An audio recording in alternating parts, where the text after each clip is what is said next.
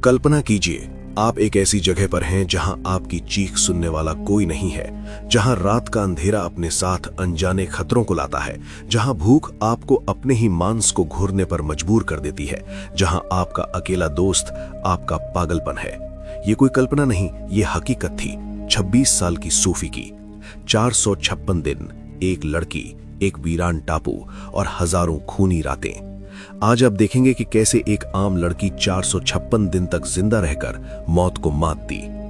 ये कहानी कमजोर दिल वालों के लिए नहीं है, क्योंकि ये कहानी आपको तोड़कर रख देगी। कहानी का आगाज होता है 15 जून 2023 की एक सुबह से। अमेरिका के चहल पहल वाले शहर सैन फ्रांसिस्को में 3 दोस्त रहते थे। 26 साल की सोफी, जिसकी आंखों में तूफानों से लड़ने के सपने थे। उसका जुनून था दुनिया के अनछुए कोनों को खोजना। उसकी सबसे अच्छी दोस्त थी 25 साल की माया, और उनका तीसरा साथी था 28 साल का लियाम, एक निडर और अनुभवी नाविक। तीनों अपनी रोज की बोरिंग जिंदगी से एक ब्रेक चाहते थे। वे छुट्टियां बिताने और साथ ही एक नया द्वीप एक्सप्लोर करने का प्लान बनाते हैं। उन्होंने मिलकर एक साहसिक और खतरनाक फैसला किया। वे एक ऐसे द्वीप पर जाएंगे जहां इंसान के कदम आज तक नहीं पड़े थे।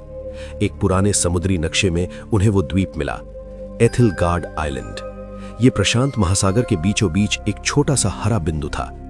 उन्होंने अपनी छोटी लेकिन मजबूत जहाज दी एल्बाट्रॉस को तैयार किया। जहाज पर महीनों का राशन, पानी और हर जरूरी सामान लादा गया। उनका उत्साह 7वें आसमान पर था। वे एक नई दुनिया खोजने जा रहे थे। वे खुशी खुशी अपनी मंजिल की ओर निकल पड़े। एक ऐसा सफर जो उनकी दोस्ती और हिम्मत का सबसे बड़ा इम्तिहान लेने वाला था। 4 दिनों तक अथाह नीले समंदर पर उनका सफर जारी रहा। हर दिन सूरज उगता और समंदर के पानी को सुनहरा कर देता। उन्होंने डॉल्फिन्स को अपनी जहाज के साथ रेस लगाते देखा। चौथे दिन 19 जून की सुबह दूर क्षितिज पर उन्हें एक धुंधली सी हरी लकीर दिखाई दी। जैसे जैसे वे करीब पहुंचे, वो लकीर एक विशाल द्वीप में बदल गई। एथिलगार्ड आइलैंड उनकी कल्पना से कहीं ज्यादा भव्य और वीरान था। उसका जंगल इतना घना था कि सूरज की रोशनी भी जमीन तक न पहुंच पाए। किनारों पर नुकीली काली ज्वालामुखी चट्टानें खड़ी थीं। इन चट्टानों से लहरें टकराकर एक रहस्यमयी संगीत पैदा कर रही थी। हवा में जंगली फूलों की मीठी और सड़ी हुई लकड़ी की अजीब सी महक घुली हुई थी। अनदेखे रंग बिरंगे पक्षियों की आवाजें जंगल से आ रही थी। ये जगह जितनी खूबसूरत थी, उतनी ही डरावनी भी लग रही थी। लियाम ने जहाज को एक शांत और सुरक्षित खाड़ी में लंगर डालकर रोक दिया। तीनों ने अपनी छोटी नाव से द्वीप पर पहला कदम रखा। उन्हें लगा जैसे वे किसी दूसरी दुनिया या किसी दूसरे युग में आ गए हों। वे इस अनछुई खूबसूरती को देखकर पूरी तरह से खो गए थे। उन्हें यह एहसास बिल्कुल नहीं था कि वे स्वर्ग नहीं, एक पिंजरे में दाखिल हुए हैं। एक ऐसा पिंजरा जहां से निकलना नामुमकिन था। अब वीडियो में आगे बढ़ने से पहले, अगर आप भी दुनिया भर की ट्रू सर्वाइवल स्टोरीज देखना पसंद करते हैं तो चैनल को सब्सक्राइब जरूर करें। द्वीप पर उनके पहले 7 दिन किसी जादुई सपने की तरह थे। हर दिन वे एक नई और हैरान कर देने वाली चीज खोजते। उन्होंने रात में चमकने वाले नीले रंग के मशरूम देखे। उन मशरूमों की रोशनी में जंगल किसी दूसरी दुनिया का लगता था। उन्हें एक बहुत पुरानी टूटी फूटी झोपड़ी मिली जो लताओं से ढकी थी। ये किसी भूली बिसरी सभ्यता का आखिरी निशान लग रहा था। वे दिन भर द्वीप को नापते और रात में आग जलाकर अपनी खोजों का जश्न मनाते। ये उनकी जिंदगी का सबसे बेहतरीन समय था। वे आजाद और खुश थे, लेकिन उनकी ये खुशी सिर्फ 7 दिनों की मेहमान थी। 26 जून की सुबह उनके लौटने का दिन आ पहुंचा। उन्होंने अपना सारा सामान वापस दी एल्बाट्रॉस पर लाद लिया। लियाम ने मुस्कुराते हुए जहाज का इंजन स्टार्ट करने के लिए चाबी घुमाई, लेकिन इंजन से सिर्फ एक खट की आवाज आई और फिर गहरी खामोशी छा गई। उसने दोबारा कोशिश की, फिर दोबारा, पर इंजन स्टार्ट नहीं हुआ। घंटों की मशक्कत के बाद भी वे उसे ठीक नहीं कर पा रहे थे। जहाज का रेडियो और कम्युनिकेशन सिस्टम भी पूरी तरह से बंद हो चुका था। अब वे दुनिया से कट चुके थे। मदद मांगने का कोई रास्ता नहीं था। वो स्वर्ग जैसा द्वीप अब एक भयानक जेल की तरह लग रहा था। उनकी आंखों में खुशी की चमक की जगह अब खौफ ने ले ली थी। उनके पास एक आखिरी उम्मीद बची थी, जहाज पर रखी एक छोटी motor boat, emergency life boat. मगर उस पर एक बड़ी समस्या लिखी थी, क्षमता सिर्फ 2 व्यक्ति। तीनों एक साथ उस पर बैठकर नहीं जा सकते थे। ये नामुमकिन था। एक लंबी, खामोश और तनावपूर्ण रात के बाद एक दिल तोड़ देने वाला फैसला हुआ। लियाम और माया उस लाइफ बोट से मदद लाने के लिए निकलेंगे। सोफी जहाज पर ही उनका इंतजार करेगी। लियाम ने नक्शे के हिसाब से बताया कि उन्हें 8 दिनों में लौट आना है। उन्होंने सोफी के लिए 10 दिनों का खाना और पानी का स्टॉक छोड़ा। साथ में एक फ्लेयर गन भी दी ताकि जरूरत पड़ने पर वो सिग्नल दे सके। 27 जून की सुबह सोफी के लिए उसकी जिंदगी की सबसे मुश्किल सुबह थी। उसने रोते हुए अपने दोनों दोस्तों को गले लगाया। हम जल्द लौटेंगे सोफी, हिम्मत मत हारना। सोफी द एल्बाट्रॉस के डेक पर खड़ी उन्हें दूर जाते हुए देखती रही। वो तब तक देखती रही जब तक नाव समंदर में एक छोटा सा बिंदु बनकर गायब नहीं हो गई। वो वापस जहाज के अंदर बने छोटे से केबिन में आ गई, जो अब उसका घर था। उसने केबिन की दीवार पर पहला निशान खींचा, दिन 1। हर सुबह वो उम्मीद से समंदर को देखती और दीवार पर एक और निशान खींच देती। 10 दिन बीत गए, 10 निशान खींच गए, लेकिन कोई वापस नहीं आया।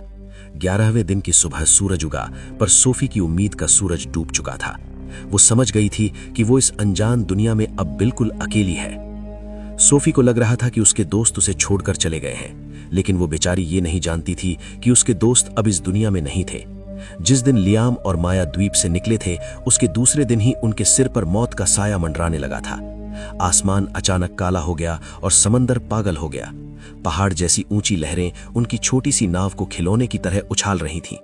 लियाम अपनी पूरी ताकत से नाव को संभालने की कोशिश कर रहा था, लेकिन उस भयानक तूफान के सामने उनकी हिम्मत जवाब दे गई। एक दैत्याकार लहर ने उनकी नाव को हवा में उछाला और पलट दिया। एक पल में ही वे दोनों उस ठंडे, गहरे और बेरहम समंदर की गहराइयों में समा गए। उनका वादा, उनकी दोस्ती, उनकी जिंदगी, सब कुछ वहीं दफन हो गया। और यहाँ एथिलगार्ड आइलैंड पर सोफी उस वादे का सच होने का इंतजार कर रही थी। एक ऐसा वादा जो कभी पूरा होने के लिए था ही नहीं। वो हर रात जहाज के केबिन में दुबकी रहती, तूफान की आवाज सुनती और ये सोचती कि उसके दोस्त कहाँ होंगे। उसे नहीं पता था कि जिस तूफान से वो डर रही है, वही तूफान उसके दोस्तों को उससे हमेशा के लिए छीन चुका था। उसका इंतजार अब कभी खत्म नहीं होने वाला था। वो उस द्वीप पर अकेले रहने और अकेले मरने के लिए छोड़ दी गई थी। दोस्तों के जाने का यकीन उसे अंदर से तोड़ चुका था।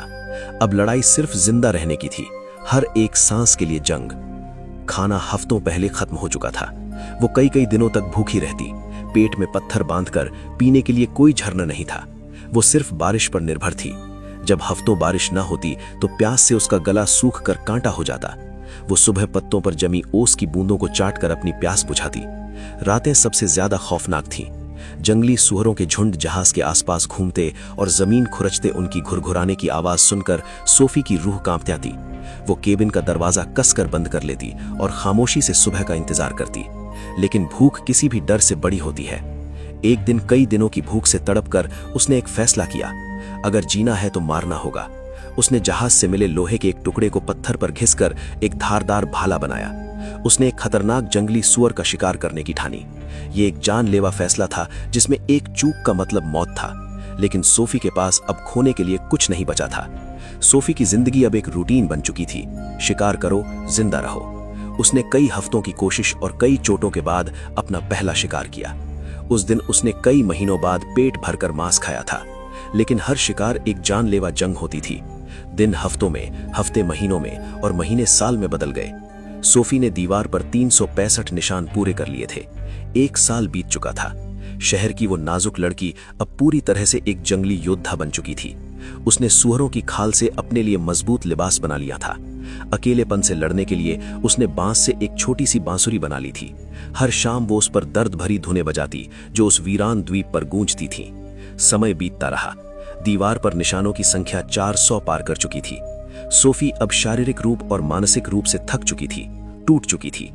एक दोपहर वो उदास बैठी जहाज के डेक से समंदर को देख रही थी। तभी उसे दूर क्षितिज पर एक बिंदु दिखा। वो एक जहाज था।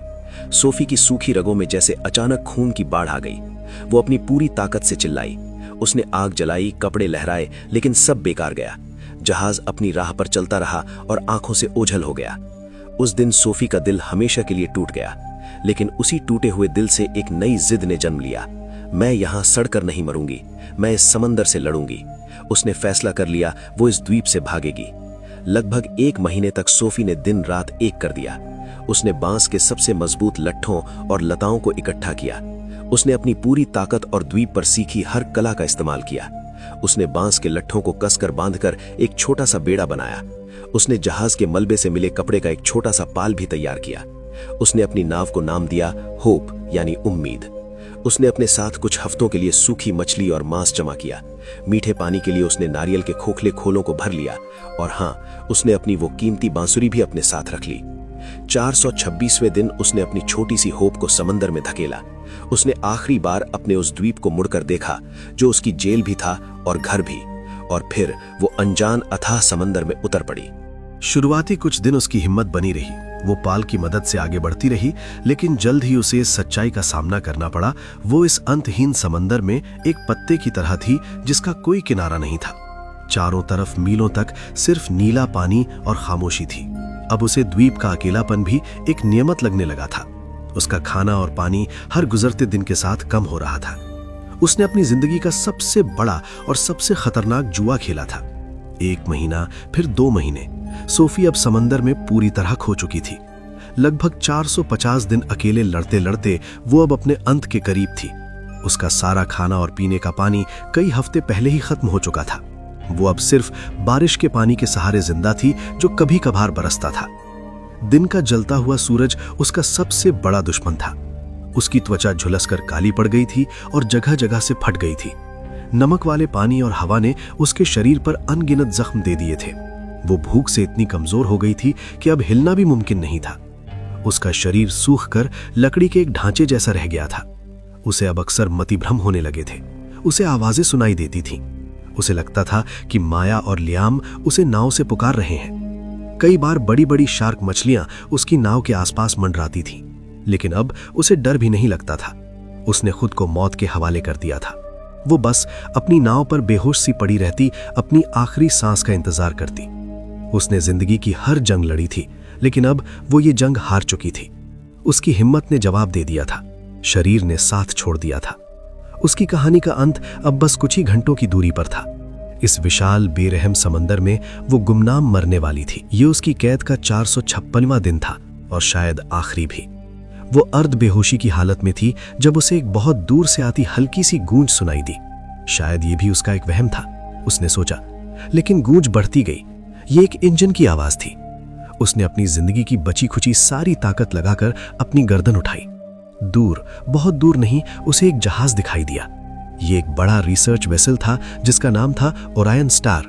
ये इतना करीब था कि उस पर चलते हुए लोग भी नजर आ रहे थे। सोफी ने चिल्लाने की कोशिश की, पर उसके गले से सिर्फ एक फुसफुसाहट निकली। उसकी आंखों से गर्म आंसुओं की धारा बह निकली। ये कैसी किस्मत थी, जिंदगी इतने करीब आकर भी इतनी दूर खड़ी थी। तभी उसकी नजर अपनी गोद में पड़ी उस बांसुरी पर गई। उसके दिमाग में जैसे बिजली कौंधी। मेरी बांसुरी। उसने कांपते हुए टूटे हुए हाथों से उसे उठाया, अपने फटे हुए होठों पर रखा और अपनी आखिरी सांसों की ताकत से उसमें फूंक मारी। एक बहुत ही कमजोर, टूटी फूटी, दर्द और उम्मीद से भरी एक धुन निकली और ओरायन स्टार के डेक पर एक अफसर शांति से समंदर को देख रहा था। तभी उसे हवा के साथ आई वो अजीब, दर्द भरी और नामुमकिन सी धुन सुनाई दी। उसने हैरानी से अपने साथी से पूछा, तुमने वो सुना जैसे कोई रो रहा हो? उन्होंने दूरबीन से उस दिशा में देखा और उन्हें वो छोटा सा बेड़ा दिखा। पानी में कोई है। जहाज का सायरन बज उठा। जब बचाव दल उस तक पहुंचा, सोफी बेहोश हो चुकी थी, लेकिन उसकी उंगलियों ने अपनी उस बांसुरी को कसकर पकड़ रखा था। उसे एक धुन में उसे मौत के मुंह से वापस खींच लिया था। उसने अपनी हिम्मत और उस बांसुरी की धुन पर मौत को भी हरा दिया। सूफी की ये अविश्वसनीय कहानी अगर आपके दिल तक पहुंची हो तो इस वीडियो को एक लाइक जरूर दें और कमेंट्स में लिखकर बताएं कि इस कहानी के किस हिस्से ने आपके रोंगटे खड़े कर दिए। ऐसी ही और हैरान कर देने वाली कहानियों के लिए मेरे चैनल को अभी सब्सक्राइब करें। मिलते हैं अगली कहानी में। बहुत बहुत धन्यवाद।